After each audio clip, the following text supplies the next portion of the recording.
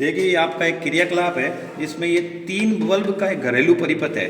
इस बल्ब का ये पहला स्विच है, दूसरे बल्ब का दूसरा स्विच है, तीसरे बल्ब का तीसरा स्विच है और एक यहाँ पर फ्यूज लगा हुआ है। तो इसमें आपको वायरिंग करनी आनी चाहिए। तो वायरिंग करने का बहुत ही सिंपल सा तरीका है।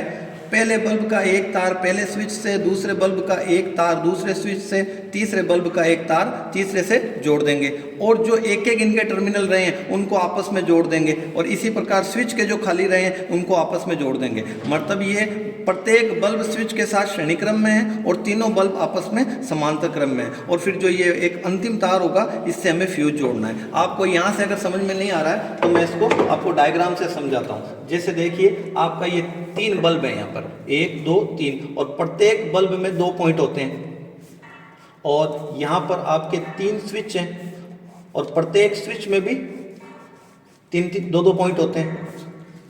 पॉइंट का मतलब जहाँ पर हमें वायरिंग करनी है। और ये यहाँ पर आपका एक फ्यूज है, इसमें भी 2 पॉइंट होंगे। तो अब आप क्या करो, पहले बल्ब से पहला स्विच, दूसरे बल्ब से दूसरा स्विच ऐसे वायरिंग कर दो और तीसरे से तीसरा कर दो। अब ये एक एक पॉइंट जो रह गए हैं इनको आपस में जोड़ दो।